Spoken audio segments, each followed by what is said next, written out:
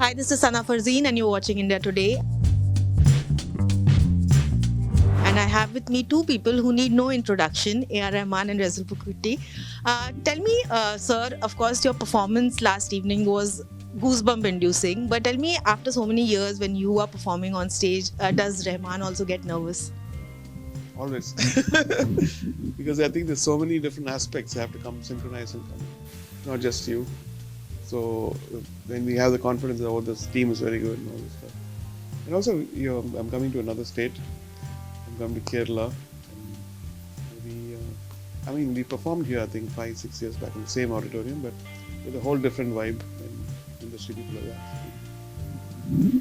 And of course, because the Oscars were announced today in the morning, and I have two Oscar winners with me, I wanted to ask you, what do you think is the music industry in India lacking that we are not seeing so many representation on a global platform like that? What, is it just music industry, or we make the most number of films in the world, and as an industry our representation is very, very limited. That's also because probably we are not making films that are universally appealing. That's one thing that we as practitioners should look back within ourselves. I think there's a communication problem. What appeals to us, it doesn't, everything what we do, it doesn't have to appeal to others because we have our own audience. But if we want an Oscar thing, then we have to find what is the communication problem? Why are we not communicating to the people who vote? And what does it take to do that? And because I worked in Hollywood films and understand certain things like it's food. We go to Andhra Pradesh, it's very spicy. Then some of the places are very bland. Even chai in South India is different, North India is different, coffee is different, and so it's got so much of nuances in storytelling, in the way we present a movie, vanity, and there's also something called racism. Talk more about it. But there's already a buzz that this film, The Goat Life, has music that deserves a national award and an Oscar. How does that feel when you hear such response from fans who haven't even watched the films? They're hoping that it'll be like that. This film, because it's a story which is going to stay, it's sold almost 250 editions. And I've taken a very, what would make this movie timeless in the instrumentation. Beyond that, I think it's staying timeless is a different thing, but that's the kind of approach. So the use of instruments, everything is things which maybe could have been made in the 60s or the 70s or 80s. Yeah. Resul, would you like to elaborate on what sets The Goat Life music apart from other films that you guys have done it together? I think it's two different films. If you listen to the first half, it's a completely different feel and completely different sound. Because when we discussed, Blessy always said, where the film actually begins, takes off, there's a lot of nature, a lot of water, and a lot of other things that that we are used to as Malayalis, we are used to, Indians, we are used to living. And you're plucked from it and taken to another place, the landscape, which is completely different. There's no water, there's only wind, and the scarcity of emotions, color, everything. So when you actually look at it, when I was mixing reel number 6 and reel number 7, I realized that this music is so different. This color is so different. This landscape is so different. When we mixed the film, after 2 weeks, I went back and listened to it again. Then I realized it is two different films. What AR has done is, I see, knowingly or unknowingly, both of us are actually going through the same transformation from a very jubilant, very nice, very beautiful, very uplifting score to a very, very, very, moving towards a landscape that is bland of color, bland of everything, and the only thing is presence of the other, a sense of spirituality that comes in, a hope, that eventually rescues him, somebody that is God sent, you could even say that. And he comes and goes, and how he goes, how he disappears. Everybody knows it. So I see it as two different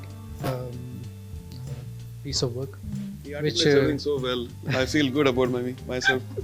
no, it is true. I mean, it is true. And I think you should speak. I should take you as my. Yeah, your publicist. Yeah, I mess up articulating. he seldom takes compliments. Also, Rahman, of course, tell me, because you recently used AI and it kind of made headlines for all the good and bad reasons. What do you think is the future of technology when it comes to music? It's every day there's a surprise happening, and this is not this sudden. 1984, I bought my first computer, and everybody said, "Oh my God, this boy has bought this computer. We're all going out of job."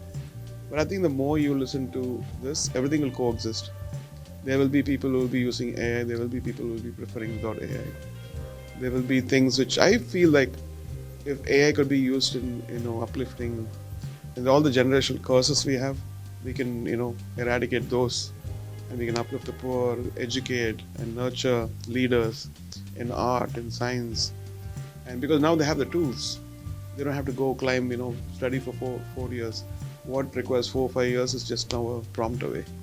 Even in art, even in visualization, now it's coming to movies too. It's coming.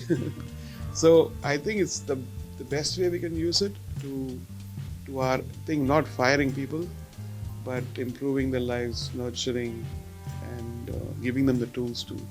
But it's also considered as a threat for jobs of creative people. That's why I think we have to, as leaders, as employers, sometimes we should be very, very careful about no job should go. I think, but use it in a way where we fill the void of things which needed time, which didn't have the desired, like even art. Like producing something in imagination and the journey is so easy, and why don't we take it from there and go from there? So use it as a tool to step up and speed up things, not firing. Resul, what is your idea behind using AI in the music? Because of course yours is a more technical job. Does it help something like an AI? Will it aid you, or do you also consider it as a bane? Variety did a detailed study of who all are going to lose jobs within the industry, and, So easily. and I am easily one of the victims. 35% of the sound designers are going to be extinct. And yesterday somebody messaged me, Pika has come out. Pika is the sound AI tool has come out, and especially tagged to me like Pika has come. I'm like, Pika can't touch me, because what I give is a signature to my films. That comes from my And also study. the team, when you sit with like heads of different HODs of the movie, we inspire each other. Now, how are we going to inspire that? Of course, I want to know about Vedanta. I want to know about Sufism. I want to know about Kabbalah and all those stuff. It's giving amazing answers, but some of them are wrong. Somebody asked, I was having an AI assistant, and somebody asked, I asked it, like Yemen, describe Yemen. It says it's pentatonic. Okay. It's not pentatonic. So immediately they found out, it's wrong. So you can't trust everything which comes out. Also, Rahman, I wanted to ask you, of course, music has no language, but when you are making something for the regional market as compared to something in the Hindi film industry, what are the kind of differences that you kind of take note of? There's certain kind of vibes. Recently I did an epic, and it was loved in the south, but in north they couldn't relate it. The movie, culturally, it was different. So there are people who still watch. There are people who, this is not my vibe. It's fine. Everything's, I think they have their own choice. And when, We can try a certain thing, but we should not bend our everything to go out of the culture of what I'm doing for this. So they understand, this is the regional music. This is like a score, international score. So. but you're kind of mixing a regional and a Hindi when it comes to something like Chamkila. Tell us something more about it. Chamkila, I think the first question I asked Imtiaz is like, Chamkila has done all the songs. Why am I needed? Then he sat and said, we are needed because we can have a take on what Chamkila is, who Chamkila is. Let the characters sing about Chamkila. So we made it like a Broadway musical kind of a thing. We made it certain songs like Broadway musical. And on that note, the final question, tell me, what are your hopes when it comes to the music industry and of course maybe just the world that we are living in? I think, like when I got the Grammy, I said in 10 years, so many people are going to get Grammys, and it's becoming true. I was in the Grammys, and we had Indians win around 6 to 7 Grammys, including the Zakir Hussain and Shankar Mahadevan, my friends. And same way, I felt like independent music would take off, and that's another thing which I kind of anticipated. It's taking off, and there's expression from every state. There's something happening.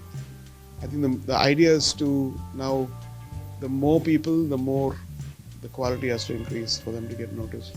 And I feel like in a few years there won't be any music industry. There'll be independent people streaming, and they're like Patreon, right? They will have their own, community. Each one will have their own community, and they may not even know the other person. They will have 10,000 followers or 100,000 followers, and they get subscription. I think everything's going to change. Same thing. I mean, his analysis is very correct. And I'm just hoping Pika should be down, below down. We'll work on it. Yeah. Yeah. So, machine learning, we have to learn. Yeah, there's always something we can supersede. There's always something which comes up which can be better, and we just have to up the game. Thank you so much for the conversation.